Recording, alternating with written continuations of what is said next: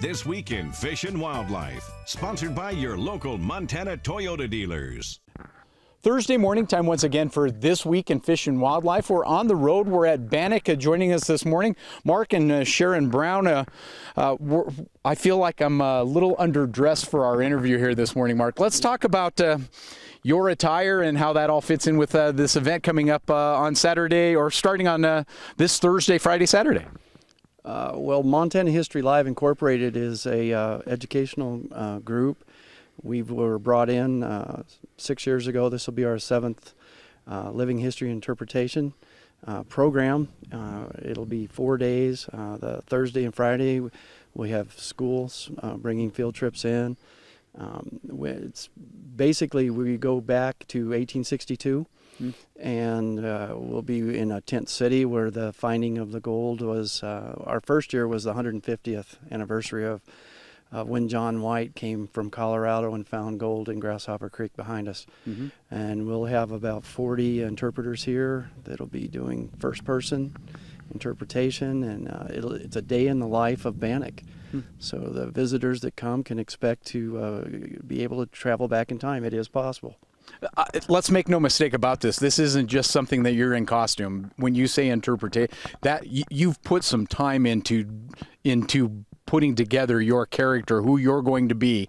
And when we come here, it's going to be as close as you could be unless you actually did go back in time. It's heavily researched, and our docents come from 7 different states. They come here. Most of them are experienced, either retired from or currently working with the National Park Service. And there's a lot of fidelity when it comes to trying to be accurate. And just come and expect to be able to go back in time. That's our goal.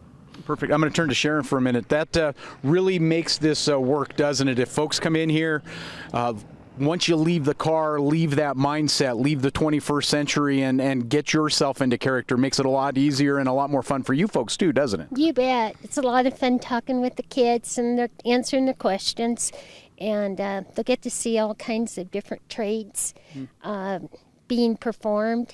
I'm the dressmaker, so they can come in and order some clothing from me, and yep.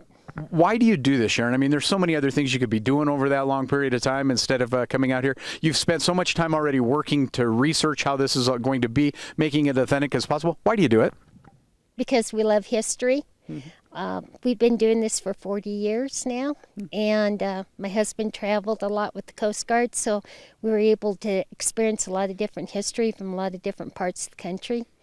But you put it together and you see the kids, and it's not like they're reading something out of a book anymore. They're actually experiencing it, and you see it click.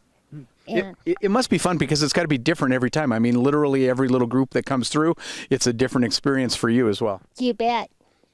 You obviously enjoy what you're doing. Very, very much so.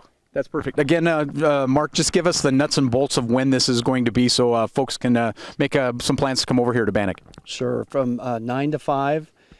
Each day except Sunday, so Thursday, Friday, Saturday, and Sunday. On Sunday, it'll be from 10 until 2. Sunday would be, this is a day in the life, so it's not like we rinse and repeat. You know, when you come, you'll see, just like if you got off the stage, you would see something. If you come another day, you'll see something else, and we'll be busy doing something else. We do have a period church service on Sunday. That is in the Methodist Church down here that was dedicated in 1877. So that's a pretty unique, and that's a one-time thing, as many of our things are going to be. All right, you drove in a car. You got here in a car. You're going to be here for a period of days a little further back in time. What's that like for you after you've spent a couple of days doing this? Well, that's what we constantly, those that are immersed in this, or obsessed, some would say, we're always seeking that time travel, you know, and you get these seconds that you actually feel as if you've achieved that, and that's the payback for us. Education is important, but we're in it for ourselves too, and we're able to go back in time, and that we're just always hoping for that to happen. It always happens in Bannack. Bannack's magic.